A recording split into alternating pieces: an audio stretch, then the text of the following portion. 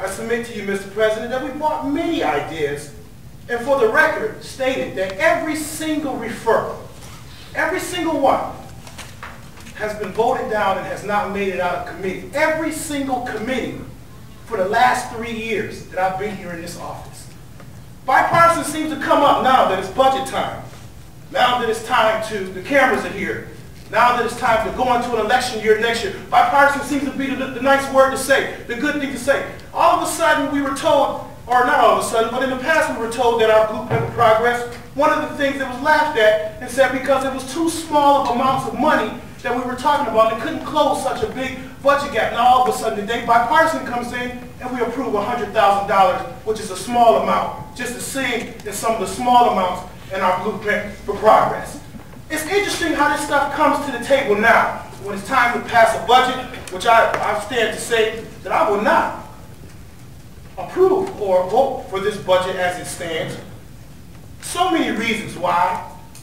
We look at all of the things that we brought up, the Democratic caucus, this caucus has brought up over the last 10 days on the things that, monies that we have recouped from various places, one-shots that we put into this budget. But one of the things that just really just blows my natural mind is the fact that we have in this budget projected safety net program. And I give Ms. Reed, I give her credit. I have done that in committees. I have said she's doing a wonderful job. I really believe that.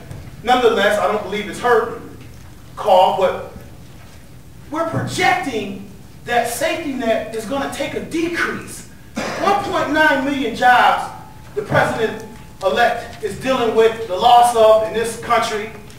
My phone is ringing off the hook. I'm just one district of people that are constantly asking for jobs, jobs, jobs. My constituents, my colleagues here, as well as my constituents, and talking with my colleagues, they're having the same issue. I've seen this more now than the 3 years that I've been in office. People are hurting. We're in a crisis now, and you mean to tell me the safety net program is estimated to be lower? That's ridiculous. This makes no common sense whatsoever. That people are going to need less help next year than they do right now, when we're in the worst predicament that we've ever been, that I know of in my lifetime. So I rise to say that you can say bipartisanship as much as you want, but we're not fooled. This is a terrible budget, and I will not support it. Thank you. This is a budget that protects, Mr. President, the taxpayers in this community. This is a budget that is not a terrible budget. This is a budget that will pass tonight. I sincerely hope that we hear a suggestion from the Democrats that addresses the structural problems that this community faces, this county faces, and indeed upstate counties face all over the state. They will be very shortly in the position to effect change in this county like they never have been in the position to effect change before. In that there's a Democratic governor, a Democratic assembly, and there will be a Democratic Senate. My hope in the future is to work together with them, not in a divisive way, and I disagree with all of the assertions that we just heard from the legislator in back. My hope is that we can work together with this minority caucus, with their newfound influence, and really affect structural change in this community. To date, I've heard no suggestions. I'm not suggesting that $100,000 isn't significant. My complaint with the blueprint for progress were that the suggestions were not legal. They've been well and thoroughly debated over and over again. It's time to move forward. Bring me significant suggestions to address the structural imbalance in this county. Don't talk to me about cell phones. Don't talk to me about cars going home with county employees unless you're prepared to debate the numbers specifically. We got those numbers. We'll debate them. My contention is that that's a waste of time. I've looked at the numbers. Let's talk about the structural issues in this county. Let's not waste time bickering. Let's not stay here till midnight wasting electricity. Let's talk about substance. Before we go forward, I'd like to ask all legislators, please don't rise to speak until I declare your name. Legislator Andrews. Thank you, Mr. President. Legislator Quattro, I don't know if you referenced going home early or midnight 4, 5, or 6 times in your comments this evening, but I clearly understand that you resent being here this evening. I myself, as you probably know, do not resent being here this evening, and I think the This is important work to do. It's our job to review this budget as thoroughly as we can. It's over $1 billion of taxpayer money. I like to be able to answer questions about it when my constituents ask them. I also like to learn more details about the budget, such as the amendment that we discussed earlier this evening and some other information that we learned through the committee process. Legislator Quattro, I'd also just like to make sure that you're also aware that you are free to offer amendments and other ideas to reduce the structural deficit yourself too. I have yet to see any of those ideas come forward from the majority caucus.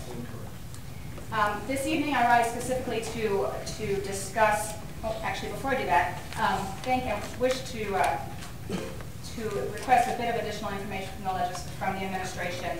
I did receive this evening answer to my question, the list of about 470 some pilots that we have. My additional request would be that the dollar amounts associated with these pilots be provided to the President.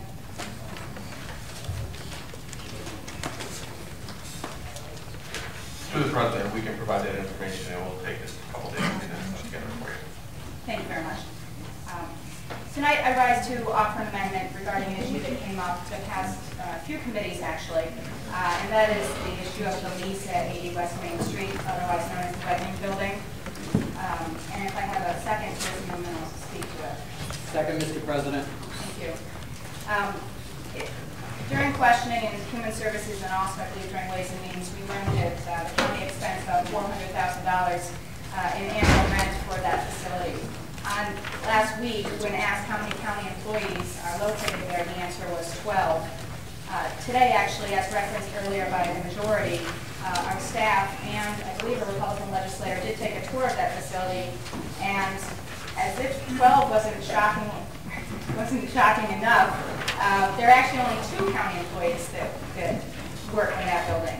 I believe one's a secretary and the other is a supervisor.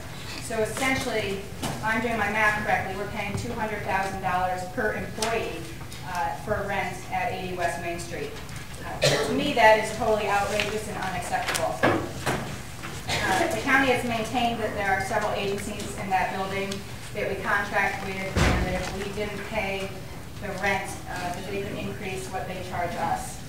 Certainly, this is a possible scenario, but I find it very difficult to believe that the county only contracts with few or so agencies in that building, and know that we have probably tens, hundreds, or possibly even thousands of contracts with other agencies. And I find it very difficult to believe that we would possibly pay rent for all of those other agencies that we contract with. So therefore, to save the taxpayers of this community going forward $400,000 in annual rent, and because this lease contains a subject to appropriations clause, so that if the county at this point in time does not allocate that money, the lease could be canceled. So in an effort here to recognize that some logistics may need to be worked out, and we may need a little time to do that, I'm going to propose that we give the county 6 months until June 30th of 2009 to relocate those 2 employees, and at that point cancel this lease. So I propose the amendment that reads, be it moved that interim